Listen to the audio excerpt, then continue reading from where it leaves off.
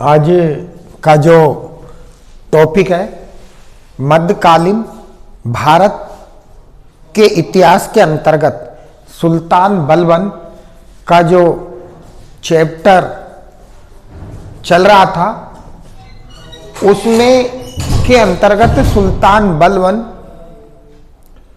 के बारे में इससे पूर्व के वीडियो के अंतर्गत आपको बता दिया गया था। उसके बाद जो कुछ टॉपिक बचे उनको आज इस वीडियो के अंतर्गत आपको बताया जाता है। सुल्तान बलबन की जो समस्याएं थी सुल्तान बन जाने के बाद उसके सामने जो कठिनाई थी, उसने सर्वप्रथम सुल्तान पद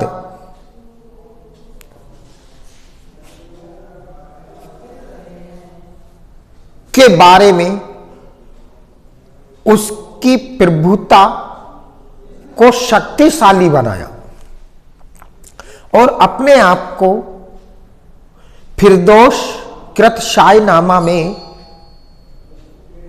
तुरान के प्रसिद्ध आफरे सिहाबी वंश का घोषित किया तथा सुल्तान को निरंकुश और पृथ्वी पर ईश्वर का प्रतिनिधित्व करने वाला। दूसरा, उसने केंद्रीय सत्ता का पुनर्गठन किया। केंद्रीय सत्ता के अंतर्गत सुल्तान बलबन ने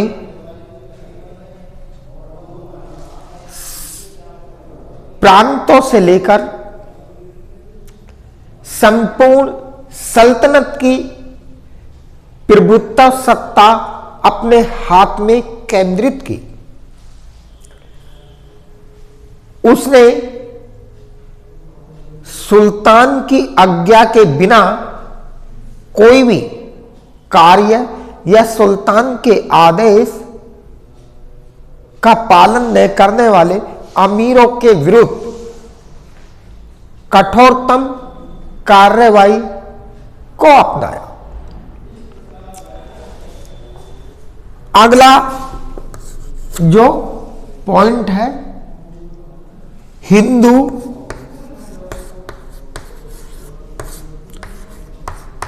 राजपूत शासकों का दमन।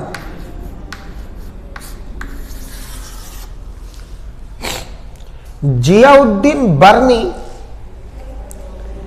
कृत तारीख ए फिरोज शाही नामक ग्रंथ से ज्ञात होता है कि सुल्तान बलबन के समय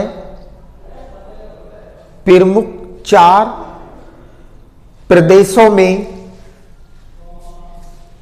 हिंदू राजपूत विद्रोही हो गए। उन्होंने अपनी शक्तियों को बढ़ाना प्रारंभ कर दिया। यह विद्रोही अपने समर्थकों की संख्या के साथ मार्गों को जाम कर देते थे और व्यापारियों को लूट लेते थे, जिनमें प्रमुख मेवात, अवध, बदायूं,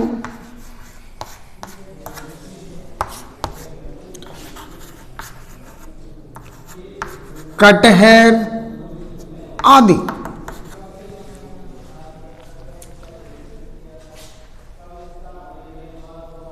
मेवात की मेव जाति दिन दहाड़े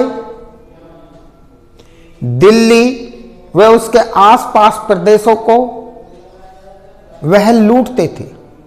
दिल्ली में घुसकर वहां की जनता तक को परेशान करते थे, उनके वस्त्र और गहने तक लूट लेते थे। अतः मेवातियों के विरुद्ध सुल्तान बलबन ने आक्रमणात्मक कार्रवाई करते हुए वहां के आसपास के जंगलों को कटवाना प्रारंभ किया तथा मार्गों को साफ सुथरा और अफगानों को अधिकारी नियुक्त किया। इसी प्रकार अवध, बदायूं, कटहर के राजपूत शासकों के विरुद्ध भी उसने आक्रमणात्मक कार्रवाई की। इन उपद्रवियों के विरुद्ध कठोरतम कार्यवाही करते हुए उन्हें बंदी बनाया गया। सैकड़ों की संख्या में उन्हें मौत के घाट उतार दिया गया। उनके बच्चे वह स्त्रियों को गुलाम बनाया गया और इस प्रकार उसने हिंदू राजपूत शासकों के प्रति कठोरतम नीति अपनाते हुए इन क्षेत्रों में शांति व्यवस्था सुव्यवस्थित तरीके से स्थापित की। अगला, सेना का पुनर्गठन।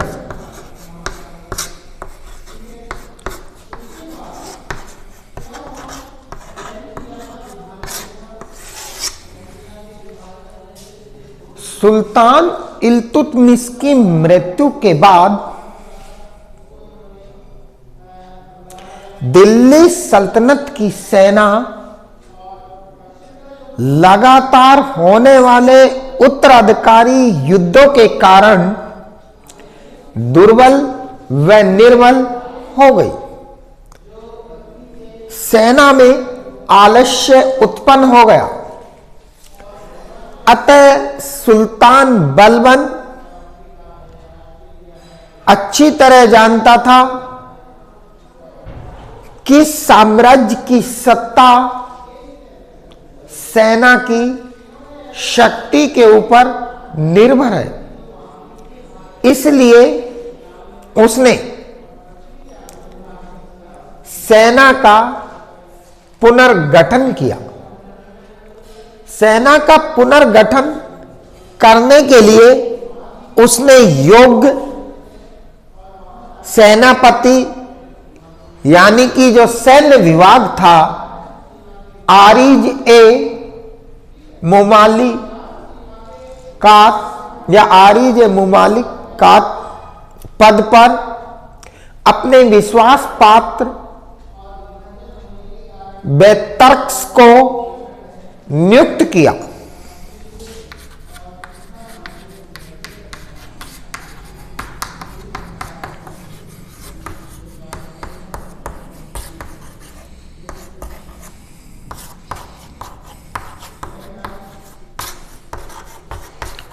सैन्य विभाग और इसका जो अधिकारी यानी कि सेनापति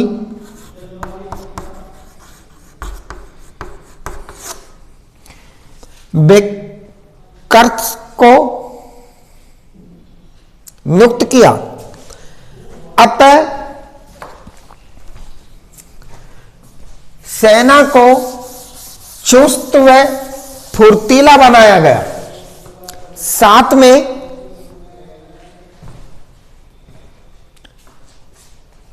उन्हें प्रतिदिन अभ्यास आदि की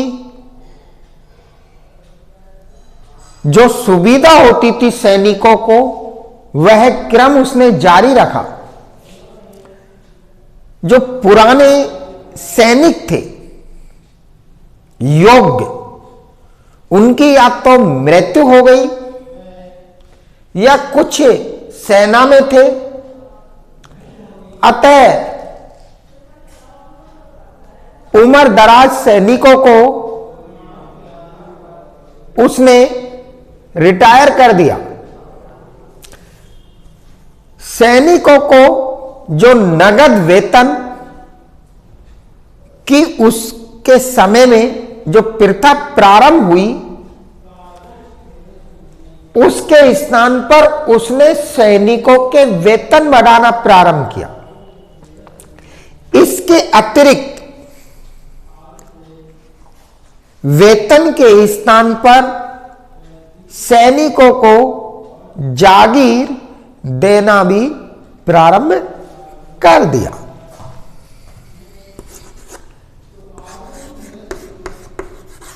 चालीसा गुटका दमन।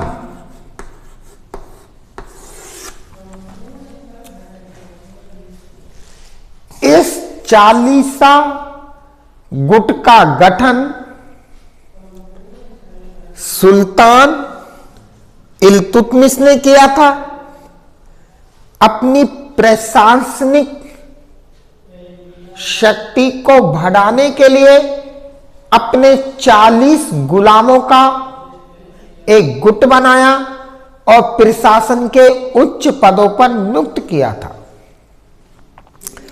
यही चालीसा गुट सुल्तान इल्तुतमिश के वंशजों का पतन का कारण बना। सुल्तान बलबन भी इस चालीसा गुट का सदस्य था।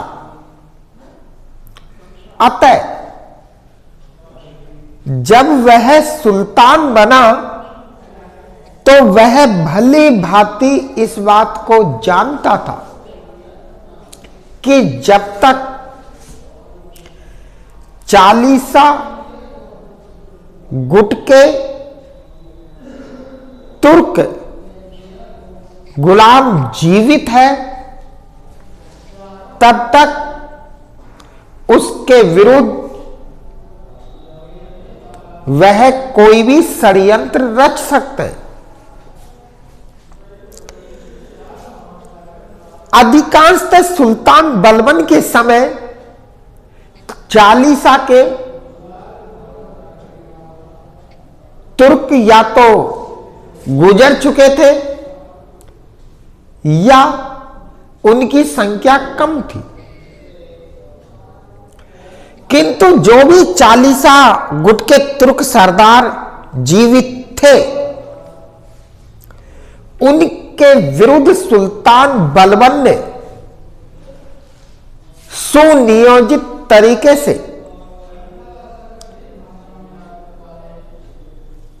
एक षड्यंत्र के तहत उनके विरुद्ध कार्यवाही करना प्रारंभ कर दिया। इसके पीछे सुल्तान बलबन का मुख्य उद्देश्य यह था कि वह अपनी सत्ता और अपने वंशजों को सुरक्षित रखना चाहता था। बलबन इस बात को भली भांति जानता था कि चालीसा गुट के तुर्क कभी भी उसके विरुद्ध षड्यंत्र कर सत्ता अपने हाथ में ले सकते। अतः चालीसा गुट के सदस्यों को उसने विष के द्वारा या उनके विरुद्ध झूठे दोषारोपण के द्वारा उनकी हत्या करवाना प्रारंभ कर दिया। बलबन की यह नीति तुर्की सत्ता के पतन के लिए हानिकारक सिद्ध हुई, क्योंकि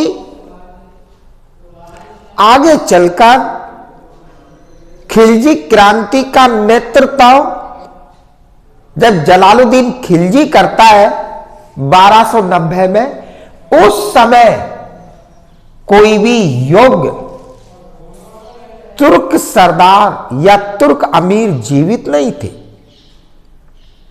जो खिलजियों का मुकाबला कर सके, क्योंकि तुर्कों के पतन की नींव सुल्तान बलबन रख चुका था। यहां तक कि सुल्तान बलबन ने अपने चचेरे भाई शेर खां तक को विष के द्वारा उसकी जीवन लीला तक को समाप्त कर दिया था। अगला, गुप्तचर व्यवस्था।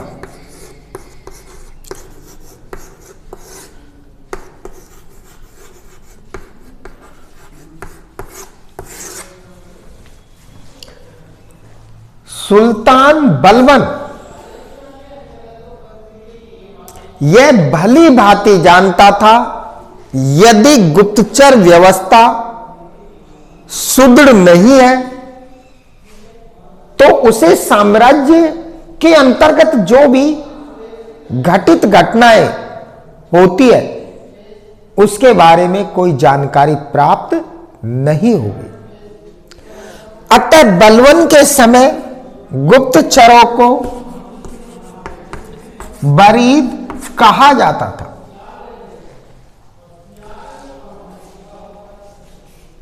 बरनी के ग्रंथ के वृत्तांत से ज्ञात होता है कि बलबन ने दिल्ली सल्तनत में घटित होने वाली प्रत्येक घटना की सूचना तत्काल सुल्तान तक पहुंचे, इसके लिए उसने गुप्तचर व्यवस्था को अत्यधिक सुदृढ़ किया और गुप्तचरों के ऊपर भी गुप्तचर नियुक्त किए। यहां तक कि उसने प्रत्येक विभाग के अंतर्गत सार्वजनिक स्थानों पर गुप्तचरों को नियुक्त किया। यदि गुप्तचर तत्काल सुल्तान को सूचना देने में असमर्थ रहते तो वह गुप्तचरों के विरुद्ध भी कठोर कार्रवाई करता था, यानी कि उनको भी नहीं बख्शता था। यही कारण था कि उसने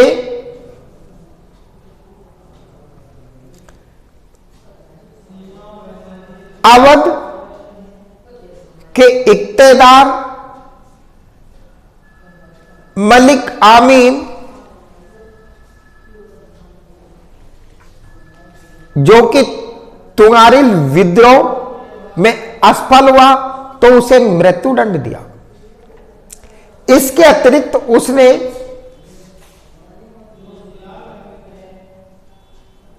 बदायूं आदि के सूबेदार बकबक ने अपने एक नौकर को पीट पीट कर मार दिया। तब सुल्तान बलबन ने उस इक्तेदार यानी कि सूबेदार के विरुद्ध कार्रवाई की, उसकी विधवा से उसके कोड़े लगवाए और गुप्तचर की लापरवाही जिसने सुल्तान को तत्काल सूचना नहीं दी, उसको उसने कठोर दंड दिया। गुप्तचर व्यवस्था के बाद अगला जो पॉइंट है वह है तुंगारिल का विद्रोह।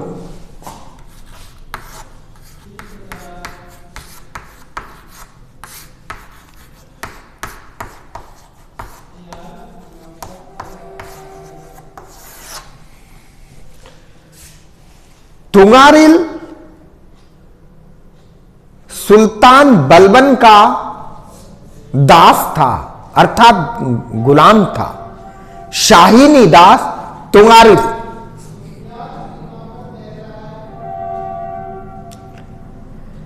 तातार खां की मृत्यु के बाद सुल्तान बलबन ने तुंगारिल को बंगाल का गवर्नर अर्थात इक्तेदार नियुक्त कर लखनऊ भेजा।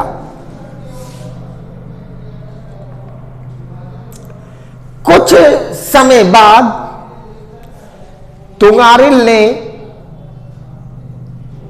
अपनी स्वतंत्रता की घोषणा कर दी और बंगाल का स्वतंत्र शासक बन बैठा। यानी कि अपने स्वामी बलबन के विरुद्ध उसने विद्रोह कर दिया। संभवतः उसको यह अनुभव था कि सुल्तान उसके विरुद्ध कार्रवाई करने में असमर्थ है। इसके पीछे उसकी सोच के निम्न कारण थे।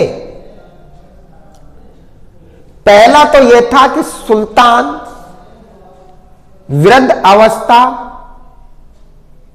को प्राप्त हो चुका था।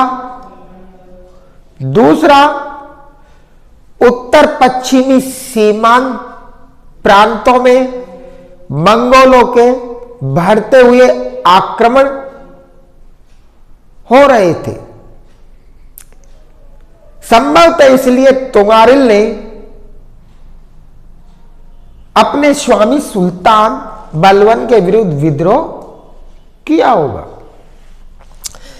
तुंगारिल ने मुगीसुद्दीन की उपाधि धारण कर ली।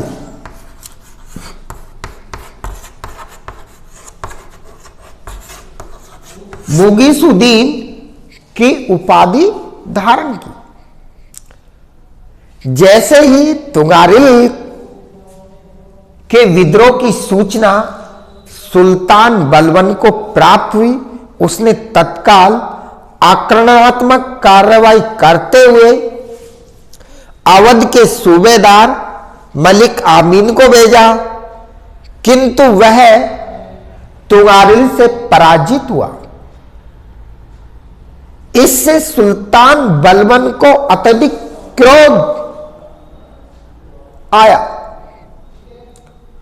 उसने अन्य तुर्कों को भी भेजा, वो भी परास्त होकर आए और दिल्ली सल्तनत की शाही सेना की पराजय तुंगारिल द्वारा हो जाने के कारण बलबन का गुस्सा लगातार बढ़ता जा रहा था। अंत में बलबन ने दिल्ली की शासन व्यवस्था दिल्ली के कोतवाल वे अपने विश्वास पात्र फखरुद्दीन को सौंपकर विशाल शाही सेना के साथ अपने दूसरे पुत्र बुगरा खां को साथ लेकर बंगाल पर आक्रमण कर दिया। बलबन के आक्रमण की जैसे ही सूचना तुंगारिल को मिली तो वह लखनऊ से पूरब की ओर भाग गया, किंतु तुंगारिल पकड़ा गया। तुगारिल, उसके परिवार, मित्र, रिश्तेदार सबको लखनौती में सूली पर चढ़ाकर मृत्यु दंड दिया, ताकि कोई दोबारा सुल्तान के विरुद्ध विद्रोह करने की न सोचे। अपने दूसरे पुत्र बुगरा खां को सुल्तान ने लखनौती का इख्तियार बना दिया। बुगरा खां को सख्त चेतावनी दी कि वह अपने कर्तव्य का ईमानदारी पूर्वक पालन करे, वहीं दूसरी ओर दिल्ली के विरुद्ध विद्रोहात्मक भावना के बारे में सोचने की हिमायत मत करना। 3 साल बाद लखनौती से बलबन दिल्ली आ गया। अगला जो पॉइंट है, मंगोल नीति।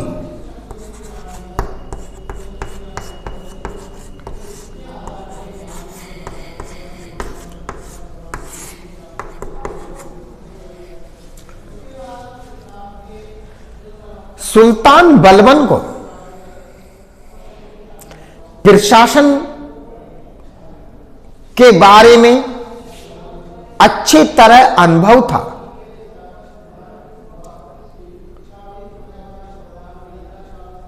अतः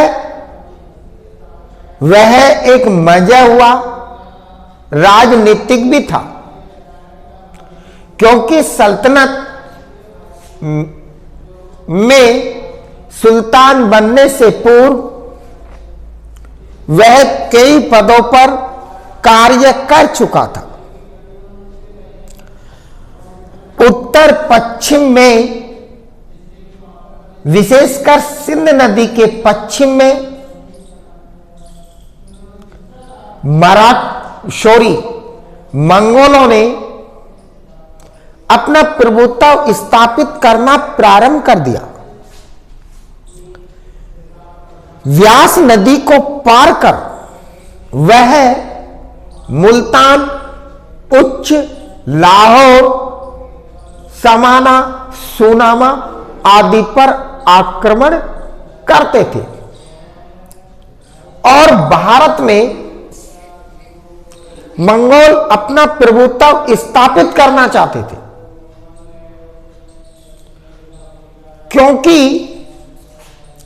मध्य एशिया में स्थापित अनेक मुस्लिम राज्यों को मंगोल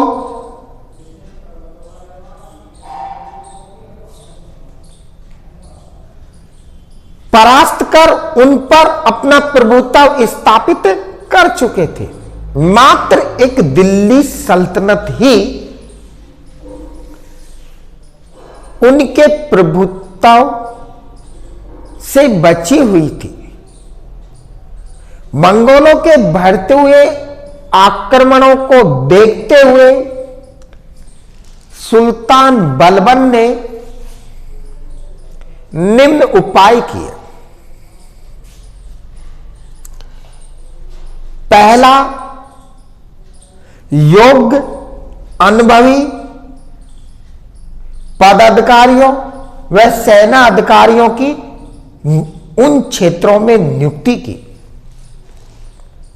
दूसरा, पुराने दुर्गों की मरम्मत कराई और नवीन दुर्गों का निर्माण कराया। तीसरा, दिल्ली में 30,000 घुड़सवार सैनिक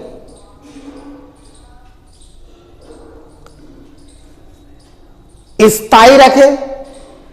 जब भी मंगोल आक्रमण की सूचना मिलती तत्काल मंगोलों के विरुद्ध दिल्ली से सेना भेजी जाती थी। अतः मंगोल आक्रमणों को रोकने के लिए सुल्तान ने अपने दोनों पुत्रों को, सुल्तान ने अपने ज्येष्ठ पुत्र युवराज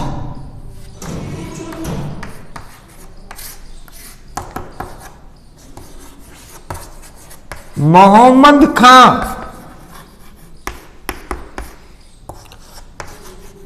और बुगरा खां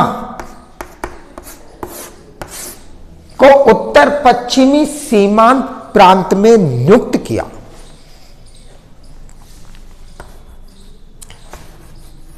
मुल्तान, उच्च, लाहौर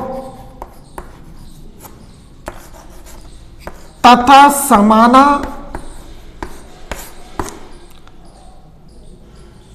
आदि बाद में बुगरा खां को तुंगारिल के विद्रोह के बाद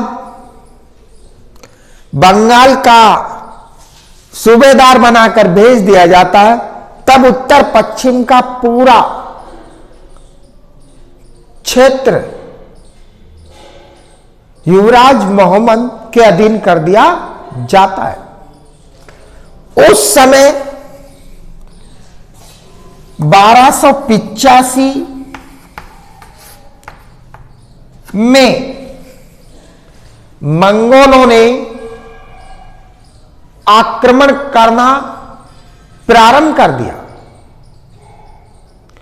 और मंगोल परास्त होकर जाते, किंतु 86 में तैमूर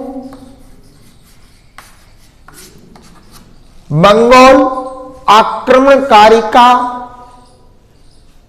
जबरदस्त आक्रमण हुआ। शहजादे मोहम्मद खां द्वारा मंगोल परास्त हुए। उत्तर पश्चिम के किसी भी क्षेत्र पर वह अपना अधिकार जमाने में कामयाब नहीं हुए।